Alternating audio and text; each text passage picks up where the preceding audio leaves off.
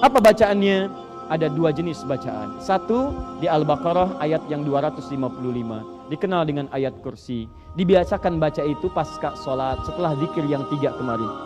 Anda baca Allahu la ilaha illa huwal hayyul la ta'khudhuhu sinatun, dan seterusnya sampai dengan ke ujungnya. Ayat yang disebut ayat kursi, permohonan berlindung kepada Allah Subhanahu wa taala. Orang yang membiasakan baca ayat kursi, baca ayat kursi, baca ayat kursi, maka ayat itu akan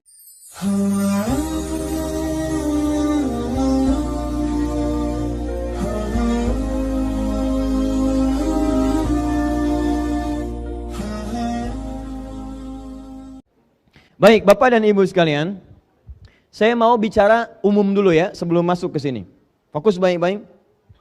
Sejak saat manusia pertama diciptakan oleh Allah, kemudian disampaikan misi kehidupannya, tugas hidupnya, di hadapan para malaikat dan jin pada saat itu, seperti pernah sering saya sampaikan bahkan di tempat ini, maka terjadilah kemudian satu peristiwa.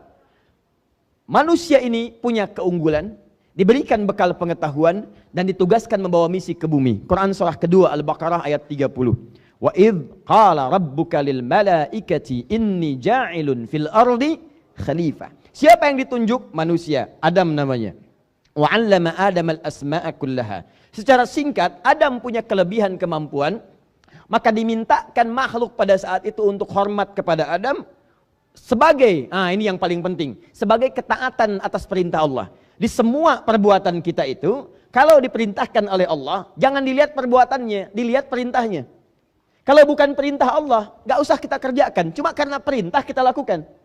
Diminta semua sujud. Quran surah kedua Al-Baqarah ayat 34. Saya mulai dari yang keempat dulu. Wa idh qulna lil malaikati isjudu li Adama fasajadu. Ketika kami perintahkan pada semua malaikat dan termasuk kalangan jin yang hadir pada saat itu sujud hormat pada Adam. Semua sujud illa iblis, kecuali satu makhluk, iblis. Iblis. Satu makhluk ini. Siapa iblis itu? Disebutkan di Quran surah ke-18 ayat ke-50. Ini poinnya. Surat ke-18, surah ke-18 Al-Kahf ayat ke-50, paling kanan di pertengahan. Redaksinya awalnya sama dengan yang ini, cuma keterangan akhirnya berbeda. Wa idh qulna lil malaikati isjudu li Adama fasajadu illa iblis, sama persis. Ketika kami perintahkan pada semua malaikat dan jin untuk sujud hormat pada Adam, semua sujud hormat kecuali iblis. Siapa iblis? Kana minal jinni fa fasaqa an amri rabbi. Dia termasuk kalangan jin yang menyimpang dari ketentuan dan perintah Allah, jin yang fasik. Jin fasik. Fasik lawannya taat. Taat itu artinya taat pada perintah Allah. Artinya sebelum jin ini fasik, dia taat. Awas, hati-hati. Dia taat. Cuma dia saat itu tidak mau sujud, melanggar ketentuan Allah. Ditanya, diklarifikasi. Mudah bagi Allah untuk mengatakan kamu sombong. Aba wastakbar. Tapi kalau kemudian keluar dia langsung dari Allah, kamu sombong. Kamu tidak mau sujud karena sombong. Dia bisa mengatakan saya tidak kok. Maka caranya kata Al-Quran, perhatikan. Allah langsung menyampaikan klarifikasi lewat lisan jin ini supaya terdengar langsung oleh makhluk dan nanti dia tidak akan mengelak dari perbuatannya. Maka turun Quran surah ke-7 Al-A'raf dari ayat 11 sampai dengan 13-nya. Qala ma mana'aka alla tasjuda idh amartuk. Hei, kenapa kamu tidak mau sujud ketika aku perintahkan? Bukan sujudnya yang penting, tapi perintahnya. Ini perintah saya. Anda pun dalam sholat, kalau nggak mau sujud itu terserah. Anda sholat, tidak sholat, Allah nggak butuh dengan sholat Anda. Cuma ini perintah. Ketika Allah perintahkan, kita lakukan. Kata Allah, bukan karena sujudnya. Sujud itu nggak terlalu penting bagi saya. Ini perintah saya. Kenapa kamu nggak taat perintah saya? Apa jawabannya? Ana khairun minhu. Khalaqtani min narin wa khalaqtahu min tin. Saya lebih hebat dibandingkan dia. Kau ciptakan saya dari api, dia dari tanah. Tidak levelnya. Yang dari tanah itu harus disujudi oleh yang dari api. Api lebih hebat dibandingkan dengan tanah. Qala fakhruj, keluar kamu dari sini. Maka muncul, terlapisi dia oleh kesombongan-kesombongan. Sesuatu yang baik ditutup oleh yang jelek disebut dengan balasa. Yang tertutup ya disebut dengan iblis. Kalau yang jelek, aurat terbuka, jelek ditutup dengan yang baik, maka disebut dengan labisa. Tertutupnya disebut dengan libas. Makanya pakaian disebut libas. Karena pakaian menutup aurat yang tidak mau terbuka keluar. Tapi kalau yang baik ditutup oleh yang jelek, taat ditutup oleh fasik, maaf, rendah hati ditutup dengan sifat sombong, kejujuran ditutup oleh dusta, maka berubah kalimatnya di balasa, yang tertutup disebut dengan iblis. Makhluk ini disebut dengan iblis karena tertutup oleh sifat-sifat kesombongan pada saat itu. Yang jadi pertanyaan, ketika tertutup dengan kesombongan itu, apa yang dia kerjakan pada saat itu? Karena sombong telah melekat pada dirinya, maka hidayah sulit datang kepadanya. Karena itu Allah haramkan sifat sombong, karena kalau sudah sombong melekat pada diri makhluk, maka sulit mendapatkan hidayah dari Allah Subhanahu wa taala. Orang sombong itu dapat nasihat susah, Pak. Diingatkan sulit. Karena itu Allah menyampaikan dalam hadis qudsi, diharamkan kesombongan. Kesombongan, keagungan itu jubahku. Siapa yang berupaya untuk mendapatkan jubahku, mengenakan jubahku, maka haram bagi yang mencium bau surga. Nah, saya ingin teruskan, karena dia sudah sombong, padahal dia punya peluang untuk bertobat. Tapi karena tertutup dengan kesombongan, dia mengatakan, aku akan buktikan bahwa aku akan lebih hebat dibandingkan dengan Adam. Apa pembuktiannya? Saat Adam dimasukkan ke dalam surga, dia mengajukan permohonan kepada Allah. Ya Allah, beri kesempatan saya untuk menggoda Adam. Maka aku akan buktikan, aku lebih hebat dibandingkan dengan Adam. Maka Adam dimasukkan ke dalam surga, Quran surah kedua ayat 35. Wa qulna ya Adam uskun anta wa zawjukal jannah. Tahan. Wa kula minha raghadan haitsu syi'tuma wa la taqraba hadhihi syajarata fatakuna minadh dhalimin. Adam, tinggal kamu di surga sementara dengan istrimu, pelajari kenikmatan surga, cari bekal di situ supaya kamu turun ke bumi jadi khalifah, kamu bisa menata bumi seperti surga. Dengan segala keindahannya, kenyamanannya, keenakannya. Makan ini tapi tinggalkan ini. Ini ujian. Jangan makan yang ini, jangan dekati pohon ini. Kalau kamu dekati, ini niscaya akan menjadikan kamu menyimpang dari ketentuan Allah Subhanahu wa taala. Zalim. Maka kemudianlah iblis mengajukan kepada Allah permohonan. Aku ingin buktikan aku lebih hebat dibandingkan Adam. Padahal kalau dia taubat bisa diampuni. Cuman karena sombong, hidayah tidak bisa masuk. Maka dia katakan, aku akan menggoda Adam untuk membuktikan aku paling hebat dibandingkan dengan Adam. Maka dia ajukan permohonan, dikabulkan pada saat oleh Allah untuk memberikan isyarat pada anak cucu Adam kemudian hari, bagaimana cara mengatasi godaan-godaan iblis itu. Mudah bagi Allah mengatakan, tidak, saya tidak perkenankan. Tapi kalau tidak diperkenankan pada saat itu, kita tidak punya pengetahuan, tidak punya pengalaman bagaimana cara menaklukkan iblis saat Adam dan anak cucunya turun ke bumi untuk menjalani misi kehidupan di bumi sebagai khalifah.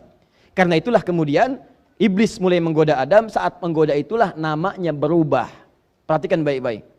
Namanya berubah dari iblis jadi setan. Di sini saya perlambat keterangannya. Ya, maaf tadi saya agak cepat sampaikan supaya cepat sampai ke tujuan. Perhatikan baik-baik. Saat belum mulai menggoda Adam, baru terkontaminasi, namanya iblis. Tapi saat mulai menggoda, dia berubah nama jadi setan, asy-syaitan. Quran surah ke-2 Al-Baqarah ayat ke-36. Perhatikan ayatnya. Fokus, saya agak lambatkan. Paling kiri agak sedikit ke bawah. فَأَزَلَّهُمَا الشَّيْطَانُ عَنْهَا فَأَخْرَجَهُمَا مِمَّا كَانَا فِيهِ. Maka setan mulai menggelincirkan Adam. Kalau tergelincir itu jatuh ke atas ke bawah?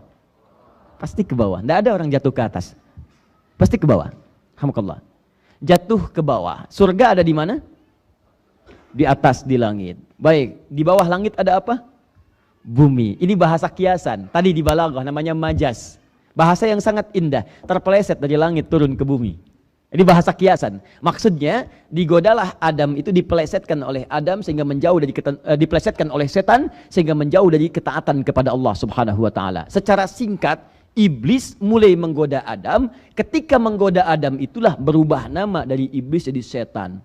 Apa itu setan? Dari kata syaitan. Kita akan masuk pada inti bahasan kita. Fokus ya. Kita mulai di sini. Saya mau menulis di sini. Mohon izin saya tanya dulu. Ini kelihatan, Bu? Oh, jelas tidak, belum saya tulis ya. Kalau kelihatan bagus ya. Baik. Saya tulis dulu ya. Saya tulis dulu. Shin, ta, nun. Nah, sekarang kelihatan? Tidak juga. Masya Allah. Baik, saya boleh pinjam penghapus? Saya saja biar ya. Nah, saya hapus yang ini ya. Ini sudah diterangkan. Terutama yang sudah diterangkan. Saya hapus yang ini. Saya tulis agak besar ya supaya kelihatan. Nah, ya. Kalau nggak kelihatan juga dengan cara apa lagi saya mesti menulis? Syaitana. Kelihatan sekarang? Alhamdulillah. Perhatikan. Syaitan asalnya dari kata syaitana. Syaitana berarti yang menjauhkan dari segala nilai kebaikan. Yang menjauhkan, asal artinya ini, dari segala nilai kebaikan, dari segala kebaikan.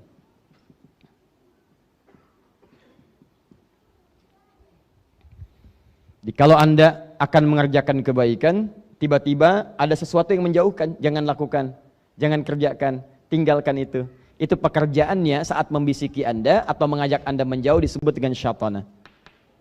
Kalau syaitana ini melekat pada satu benda atau makhluk, hidup ataupun mati, atau dimanfaatkan untuk menjauh dari nilai kebaikan, maka berubah kemudian makhluknya berubah dari syaitana jadi syaitan. Kalau itu melekat pada satu makhluk sifat syaitana, maka makhluk yang berubah nama jadi syaitan. Jadi syaitan artinya makhluk atau sosok atau bahkan sifat yang menjauhkan seorang hamba dari segala nilai-nilai kebaikan. Ini sifatnya. Kalau melekat pada satu makhluk, maka makhluknya disebut apa? Syaitan. Makhluk pertama yang disebut syaitan oleh Allah Subhanahu wa taala yang menjauhkan Adam dari nilai-nilai kebaikan. Harusnya Adam taat. Harusnya yang dilakukan oleh Adam, ini makan yang ini, makan yang itu. Nikmati ini, jauhi pohon ini, jauhi. Kata syaitan, dekati, dekati, dekati. Mendekati tidak baik, menjauhi itu baik. Dijauhkan dari kebaikan, didekatkan kepada larangan. Berlakulah kemudian hal yang tidak disukai oleh Allah Subhanahu wa taala, mengerjakan yang tidak baik. Ketika mengerjakan yang tidak baik itu terpeleset Adam, bahasa Al-Qur'annya yang mempelesetkan setan. Kenapa disebut setan? Karena dia menjauhkan dari nilai-nilai kebaikan yang ditetapkan oleh Allah Subhanahu wa taala. Paham sampai sini? Saya ingin kita paham dulu teman-teman sekalian, Bapak dan Ibu. Jadi kesimpulannya, setiap ada yang menjauhkan dari kebaikan, maka namanya apa? Ingat baik-baik, ingat namanya apa? Ulangi namanya apa? Jadi ingat, fokus baik-baik. Kalau ada manusia yang menjauhkan dari kebaikan, maka sifatnya apa namanya? Apakah ada manusia yang disebut setan? Ada. Ada. Buka Quran surah ke-6 ayat 112. Quran surah ke-6 ayat 112. Fokus baik-baik. Al-An'am ayat 112, paling kiri sebelah atas. Ya. Awal juz yang ke-8. وَكَذَلِكَ جَعَلْنَا لِكُلِّ نَبِيٍّ عَدُوًّا شَيَاطِينَ الْإِنسِ وَالْجِنِّ يُوحِي بَعْضُهُمْ إِلَى بَعْضٍ زُخْرُفَ الْقَوْلِ غُرُورًا. Ada ayatnya? Demikianlah kami tetapkan, kami jadikan bagi setiap nabi itu punya musuh. Siapa musuhnya? Golongan-golongan setan. Apa yang dimaksud setan? Tadi saya kembalikan, yang menjauhkan dari nilai-nilai kebaikan. Saya tanya pada Bapak dan Ibu, maaf ya, saya tanya dulu sebentar. Kalau Nabi ngajak pada kebaikan atau keburukan?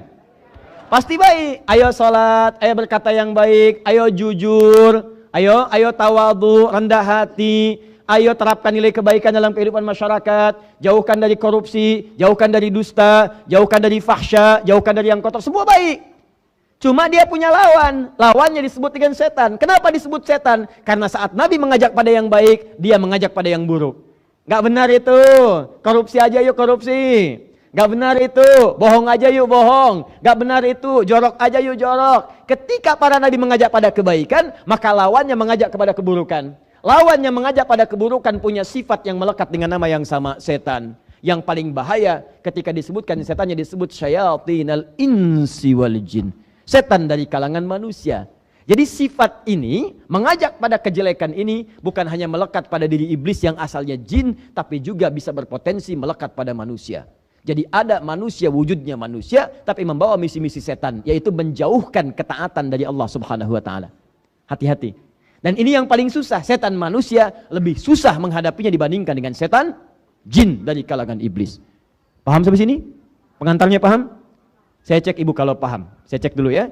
Ibu kalau malam-malam mau tahajud, begitu ibu mau sholat, papa mengatakan, Mama gak usah tahajud dulu, sini temani papa nonton bola. Masya Allah. Jadi papa saat itu sedang menjadi Bukan. Bukan saya Pak yang bilang ya. Bukan saya. Istri Bapak sendiri. Bukan. Papa saat itu sedang menjadi terbisiki oleh jin sehingga seakan-akan mengarahkan fungsi setan. Saya tidak pernah mengatakan Papa sedang menjadi setan. Hati-hati ya, hati-hati. Jangan salah menyimpulkan sekarang banyak pernyataan-pernyataan yang kalau dikaji dari ilmu mantik premisnya salah sehingga kesimpulannya tidak tepat. Awas, atau ada yang premisnya benar cuman kesimpulannya salah. Premis itu pengantarnya 1, 2 benar, kesimpulan salah. Contoh paling gampang begini. Ya, antum nama siapa? Agung. Lihat sini. Agung suka pisang. Monyet suka pisang. Ya, saya ulang. Agung suka pisang. Monyet suka pisang. Maka Agung sama dengan, tuh kan salah kan kesimpulannya. Salah kesimpulannya. Maka Agung sama-sama suka pisang gitu. Kalau antum katakan Agung sama dengan monyet, antum yang salah. Nah, itu banyak, itu kalimat seperti sederhana, tapi sekarang jadi permainan. Pilih mana, muslim yang koruptor atau non muslim yang jujur. Tuh kelihatannya benar, tapi dahsyat pengaruhnya. Itu premisnya salah. Dalam ilmu mantik keliru. Pilih mana, muslim yang koruptor atau non muslim yang jujur. Anda kalau ingin membandingkan dua-duanya mesti apple to apple, bandingkan apel dengan apel. Kalau ingin bandingkan non muslim yang jujur, bandingkan pula dengan muslim yang jujur. Yang tidak jujur bandingkan dengan yang tidak jujur lagi sehingga seimbang perbandingannya. Apa tidak ada 200 juta lebih di Indonesia muslim yang jujur? Tuh, kalimat seperti itu kelihatan sederhana tapi dahsyat itu. Pengaruhnya luar biasa. Nanti ada ayatnya di Quran surah ke-2 Al-Baqarah ayat 204, paling kiri sebelah atas. Hati-hati. Kata Al-Quran, ada orang-orang ketika bicara, kata-katanya begitu menarik, retorikanya begitu cantik, tapi maksudnya itu menjerumuskan Anda pada keburukan. Wa minan nasi may yu'jibuka qawluhu fil hayatid dunya wa yushhidullaha 'ala ma fi qalbihi wa huwa aladul khisam. Ada di antara orang-orang kata-katanya begitu bagus, kadang-kadang membawa nama Allah, ya. Masya Allah, semua agama sama, menuju pada Tuhan yang sama, cuman caranya beda-beda. Ayatnya diambil, ini Al-Baqarah ayat 62, dipotong ayatnya, seakan-akan semuanya benar, padahal dia musuh yang paling nyata. Agung? Baik. Kita belum mulai. Sekarang perhatikan baik-baik. Lihat sini, lihat. Tadi setan dari kalangan siapa satu? Jin. Awas, hati-hati ya, jin. Lihat cara kerjanya. Saya terangkan ini dulu, nanti baru ke sini sehingga Anda paham. Nanti di ujung baru Anda mengerti apa yang saya maksudkan. Ya. Satu jin. Kedua apa tadi? Manusia. Ins, ya. Al-ins. Fokus. Apa artinya jin? Awas. Ini selalu satu paket di Al-Quran, selalu satu paket. Seringkali jadikan sepaket. Setiap ada jin, ada ins. 18 kali pasangan ini disebutkan dalam Al-Quran. Ya ma'syaral jinni wal wa ma khalaqtul jinna wal. Dan kalau ini dijamakkan, ini ikut jamak. Ini jamaknya jinnah, jinnatun. Ini jamaknya nas, nasun. Disebutkan 241 kali. Begitu jinnah disebut, nasnya ikut. Minal jinnati wan nas. Perhatikan baik-baik. Ini jin, ini ins. Dalam bahasa Arab, satu kalimat yang dimulai dengan huruf jim dan nun itu menunjukkan sosok yang tidak nampak, tersembunyi. Tidak nampak, tersembunyi. Contoh, setiap ada jim dengan nun di awalnya, itu menunjukkan yang tidak tampak. Surga apa bahasa Arabnya? Jannah. Kenapa disebut jannah? Karena saat ini belum nampak dalam pandangan kita. Ibu di dalam rahimnya ada janin kalau mengandung. Kenapa disebut janin? Karena tidak nampak dalam kasat mata kita. Apa pernah ada seorang perempuan mengandung kelihatan dari luar? Itu lihat janinnya gerak-gerak. Tidak nampak. Jin kenapa disebut dengan jin? Karena saat diciptakan fitrahnya tak nampak dalam pandangan kita. Jadi fitrah jin itu saat diciptakan tersembunyi.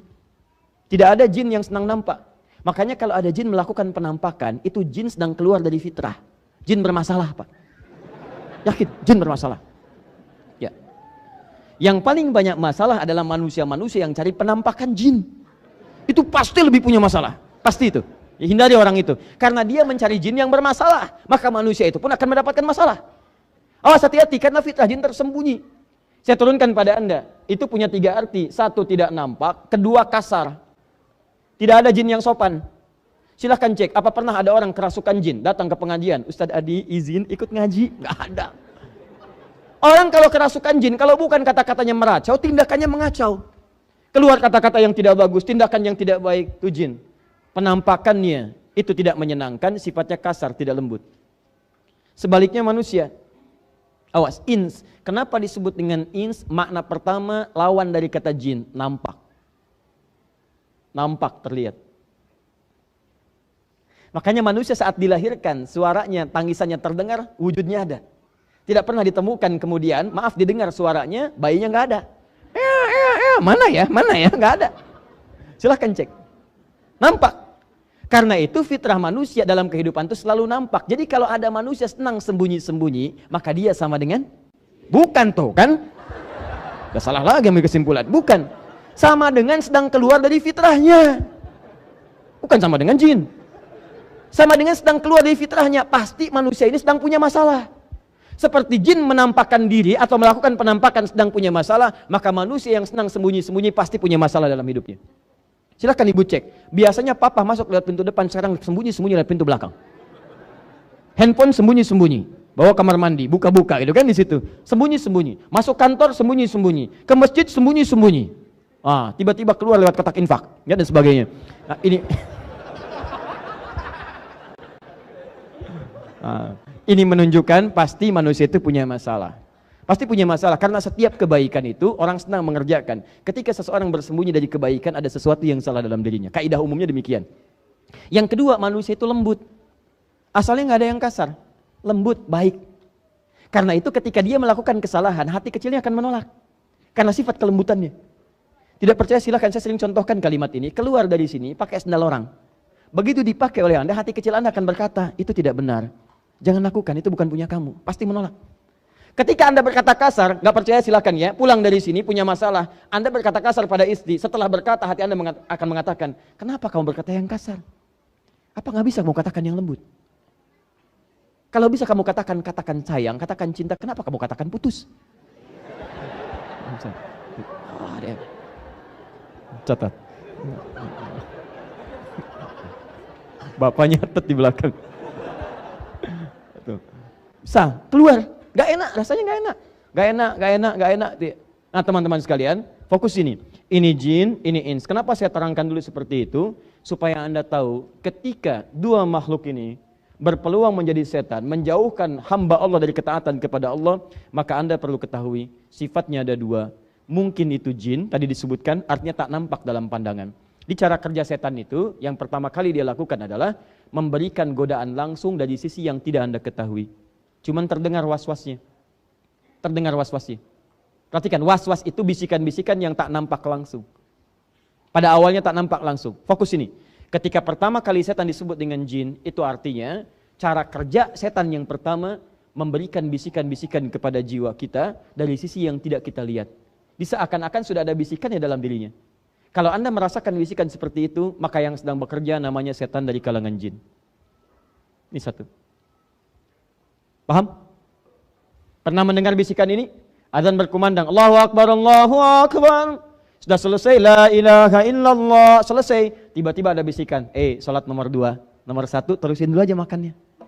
Pernah dengar? Sinetronnya mau berakhir.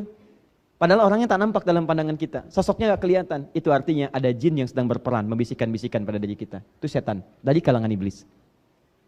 Baik, tahan sebentar. Pernah merasakan seperti ini? Begitu sudah selesai wudhu, tiba-tiba setelah selesai mau sholat, dalam diri kita tiba-tiba ada perasaan, kamu sebetulnya udah wudhu belum?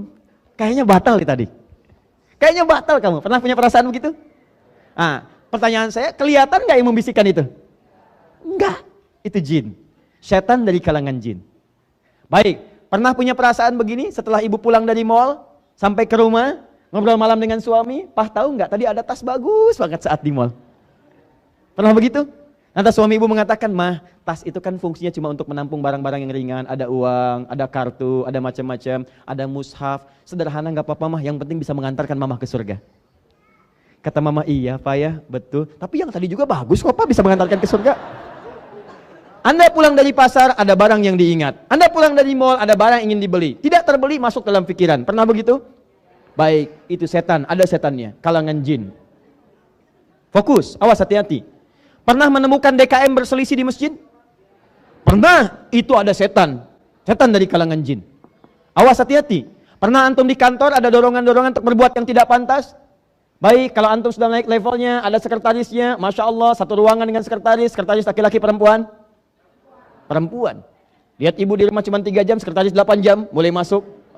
Hati-hati, dorongan-dorongan tidak baik, di jalan, lewat, tampilan, gambar, macam-macam, tiba-tiba muncul syahwat. Pernah ada perasaan seperti itu? Tuh, lihat.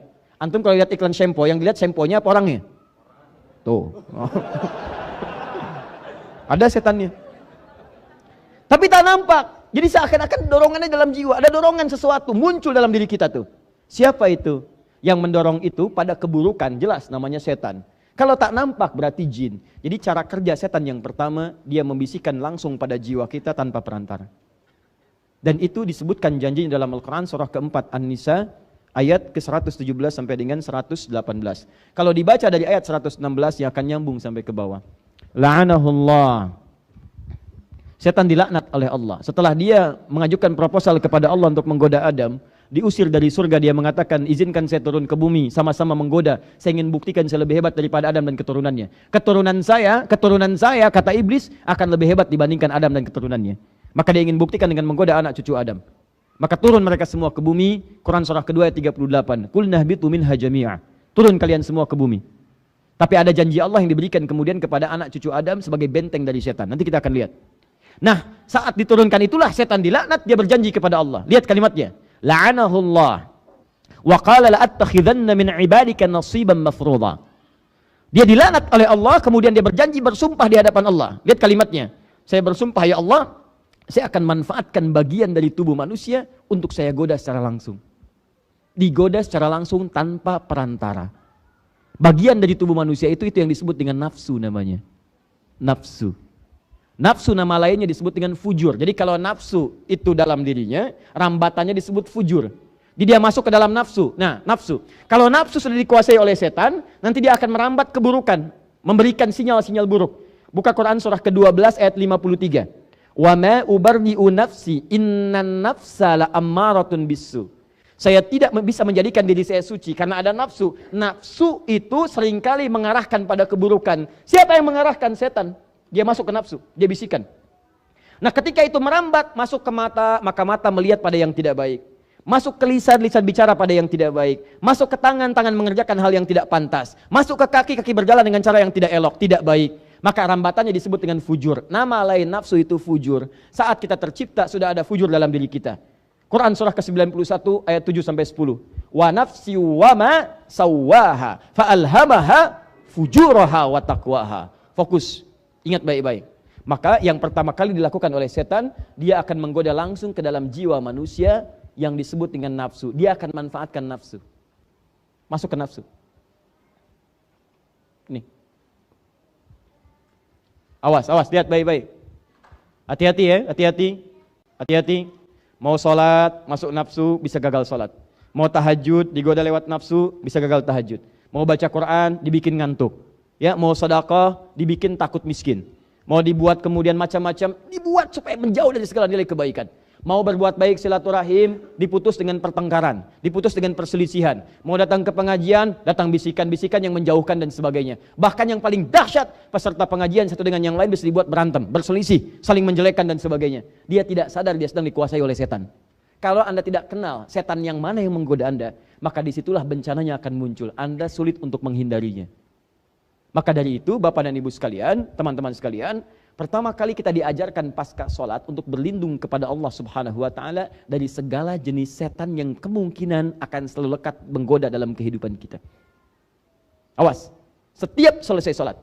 Kenapa setiap selesai sholat diajarkan zikir? Supaya dengan zikir ini dijaga, dibenteng kita dari setan. Karena orang-orang yang tak mampu berzikir itu yang disenangi oleh setan. Buka Quran surah 43 ayat 36. Quran surah ke-43 Az-Zukhruf ayat ke-36. Wa may ya'shu an dzikrir rahmani nuqayyid lahu syaitana. Awas, hati-hati. Fa huwa lahu qarin. Awas. Di sini Anda nanti mendengar ada istilah jin qarin. Fokus baik-baik. Wa may ya'shu 'an dzikrir rahmani, siapa yang abai dengan berzikir kepada Allah yang Maha Rahman. Enggak suka zikir. Pasca salat enggak mau zikir. Mau tidur enggak mau zikir. Bangun tidur tidak zikir. Awas, hati-hati, duduk susah zikir. Orang duduk zikir, bangun zikir, berbaring zikir. Alladzina yadhkurunallaha qiyaman wa qu'udan wa 'ala junubihim. Dia enggak mau zikir. Nah, setan itu akan lebih mudah menggoda orang yang tidak senang zikir. Enggak usah dibisikin, colek dari jauh aja. Udah maksiat. Paling senang siapa yang abai dengan zikir, bermohon mendekat kepada Allah Ar-Rahman, tidak ingat dengan Allah Ar-Rahman, awas, nuqayyid lahu syaitana, maka dia berpeluang dilekatkan pada dirinya setan, dekat dengan dia. Jadi kalau Anda ingin lihat teman-temannya setan, gampang, lihat orang yang anti zikir. Lihat orang yang tidak suka berzikir. Zikir itu banyak zikir. Salat itu zikir. Salat itu zikir. Dalilnya Quran surah ke-20 ayat ke-14. Innani anallahu la ilaha illa ana fa'budni wa aqimis salata li dzikri.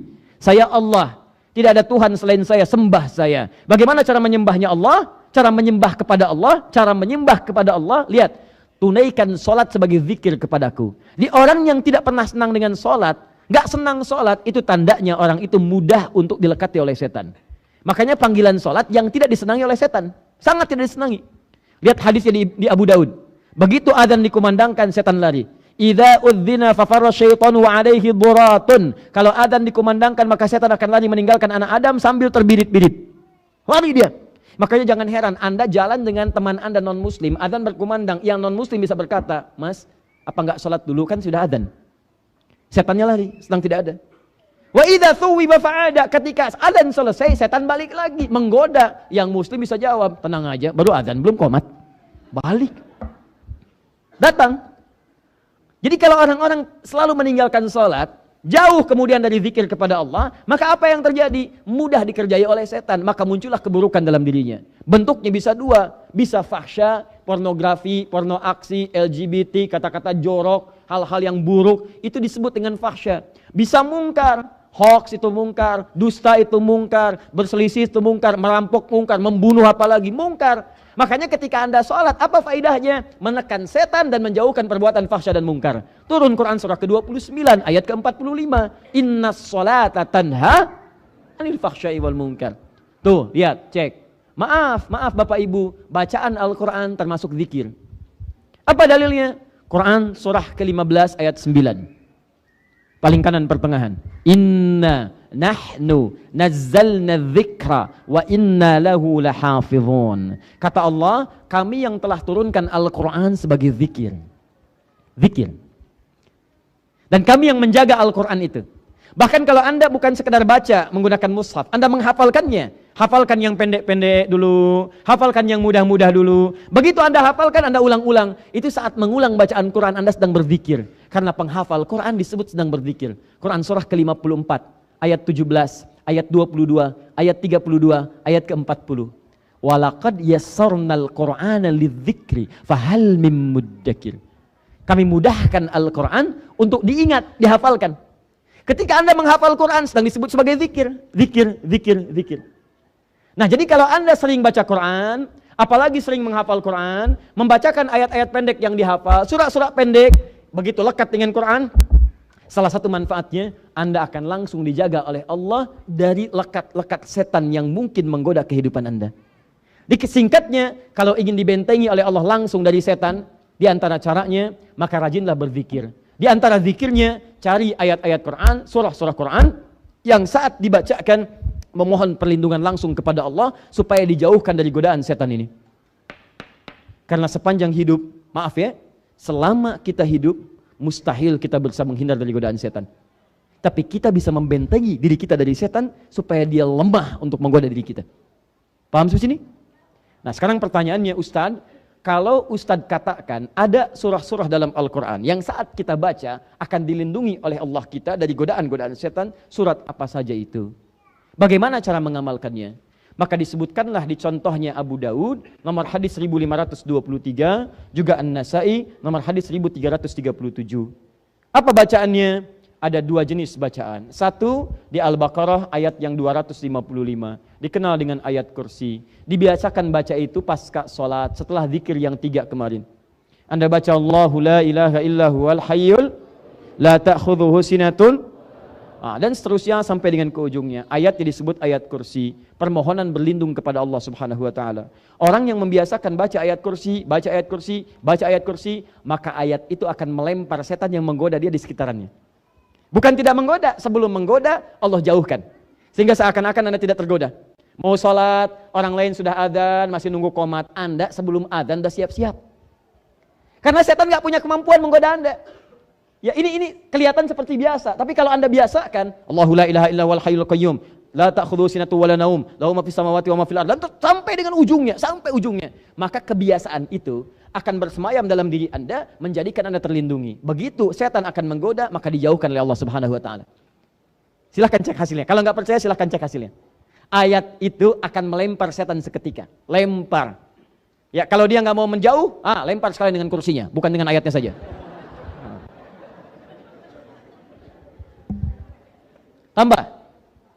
Tambahkan, awas, hati-hati. Fokus. Masih ingat cara kerja setan tadi? Pertama menggoda secara langsung, melalui bisikan, disebut dengan waswas. Baik, yang membisikkan langsung namanya apa tadi? Setan dari kalangan jin. Ustadz, apa saja jenisnya? Supaya saya bisa mengenalinya. Mau kenalan dengan setan? Tidak, nggak usah. Tapi kita kenali untuk kita hindari, bukan kita dekati. Setan yang